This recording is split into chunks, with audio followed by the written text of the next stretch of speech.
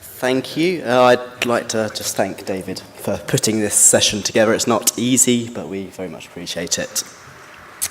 Okay, so, I've lost two more. I'm going to talk about transparency and openness within the context of the peer review process and with a particular focus on registered reports.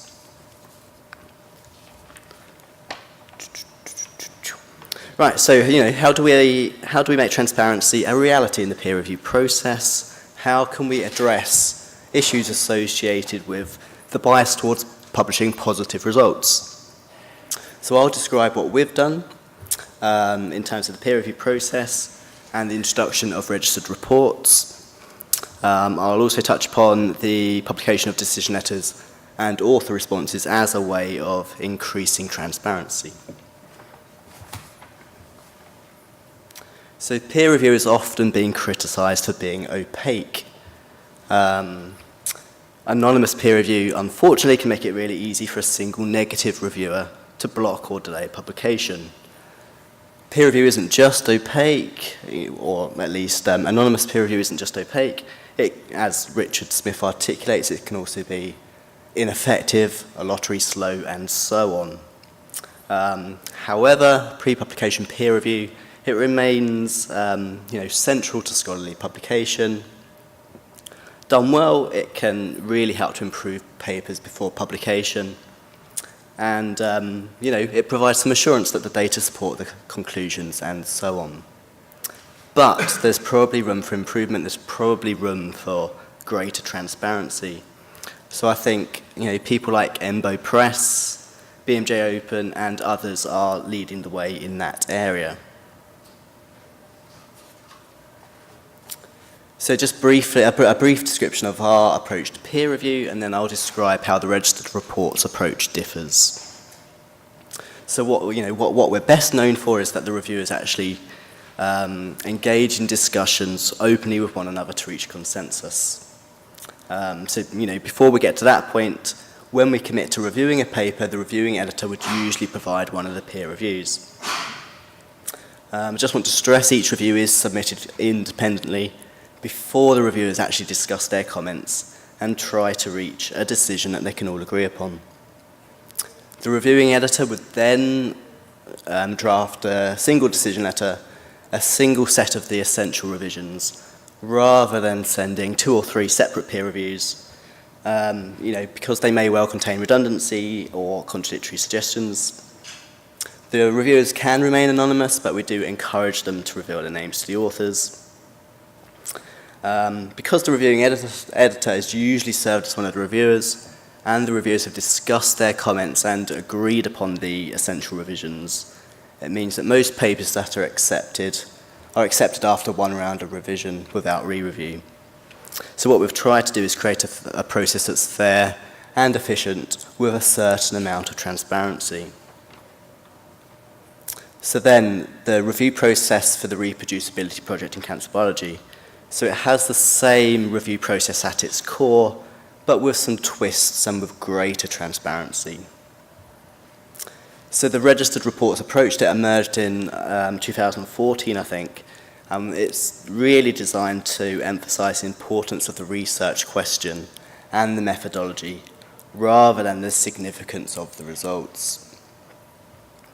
I think so far more than 20 journals have adopted this approach to peer review. For us, this approach, it made perfect sense for the reproducibility project, cancer biology. So just very briefly, so this project itself, it's a collaboration between the Centre for Open Science, which has been introduced, and also Science Exchange, with the registered reports and the results of the replication studies published by eLife. So that the team replicating their previously published study, and these studies were chosen objectively based upon measures of citations, measures and other measures of impact. So they submit a registered report. So this is a really detailed description of how it intends to replicate selected experiments from the original paper. So our starting point is to contact the corresponding author.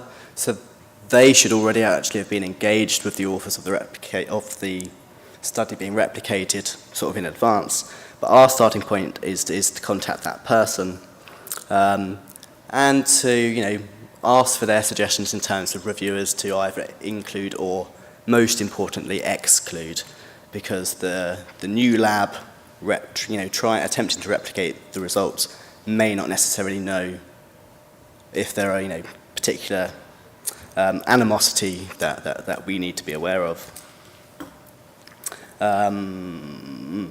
So what we ideally want is for the corresponding author of the original paper to provide a review of their own. So there's a competing interest there, of course, but they're by far and away the best person to be able to provide a review, because it's their paper or their experiments that are being reproduced. So each registered report is reviewed by several experts, including a biostatistician.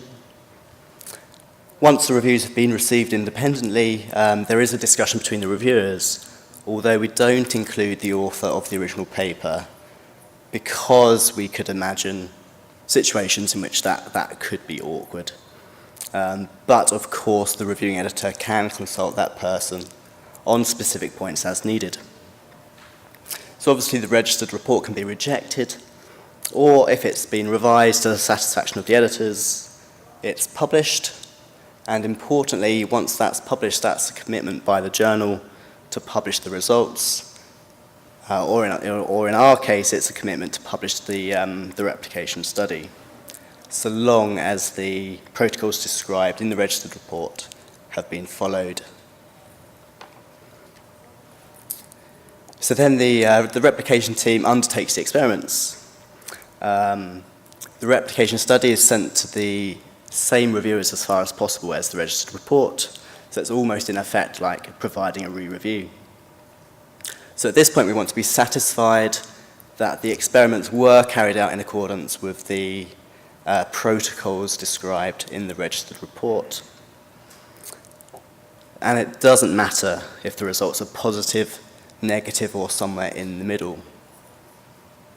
So at this point we've published 28 registered reports, with the first 3 replication studies under review as we speak. So this is an example of a published registered report. The abstracts follow a consistent format, and you can see at the bottom the relationship to the original paper. So in this case, the original paper was published in Nature in 2012. It looks blurry to me, but one of the key experiments is that being replicated is described in the supplementary figure S6. So I think that's actually quite interesting. This is a common theme.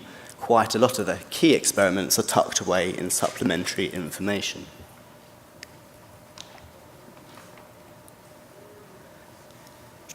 So this is an example of actually the protocols themselves. So you can see that they are very detailed, much more detailed than you'd expect to see in a normal materials method section. Where an abbreviation may not be sufficient in itself for somebody to be able to build upon the work or replicate the experiments. So the shift, very, very importantly, is so that the detailed peer review takes place before data collection. So the emphasis, as we said, is on the importance of the study design and the methodology. So this could be an interesting approach to reduce or eliminate publication bias. In this respect, the bias towards publishing positive results, while also increasing the transparency of both the review and the research process. So not only are the protocols published before data collection, but the decision letters and author responses are also published to provide greater transparency. So you can see the revisions that were requested. You can see the reviewing editor, the senior editor responsible, the number of peer reviewers, and the reviewers' names, where they choose to reveal them. So that's just an example of a author response. So these are all part of the HTML rather than tucked away in a PDF. Right, I'm nearly there. So I wanted to offer some brief comments on the implementation itself. So starting with barriers, well, so we did consider implementing registered reports before the reproducibility project came along, but we had some reservations that it would be much more relevant to some fields than to others, and so on. And actually, the concerns were much more around the project itself, and in the event of an unsuccessful replication, what would be the effects on the first author affected? In terms of benefits, well, it's been great to have a biostatistician involved, and at a stage where they can really make a difference. In terms of challenges, well, I'm sure you can imagine working with the corresponding authors of the original studies has been, challenging at times. They're naturally concerned about the outcome. It's been difficult finding biostatisticians with the time to help, unfortunately. And it's been difficult to convey the message that this form of peer review is so different in terms of it taking place before the data collection starts. It's probably too early to say how we can improve the process because we haven't quite published the first three, or the first few, I should say. So some journals pay statistical reviewers, so that could be one possibility in the future. So hopefully we'll learn a lot about reproducibility when we get to the end of that project. And looking ahead more generally, can we be more transparent? Probably. Could we publish the reviewer names? Hopefully, one day. The only registered reports we review at the moment are specifically related to the reproducibility project, but that could be extended to any authors. And of course, benchmarking or endorsing the transparency and openness promotion guidelines is also, I think that's a great resource for journals. And yeah, I'm done.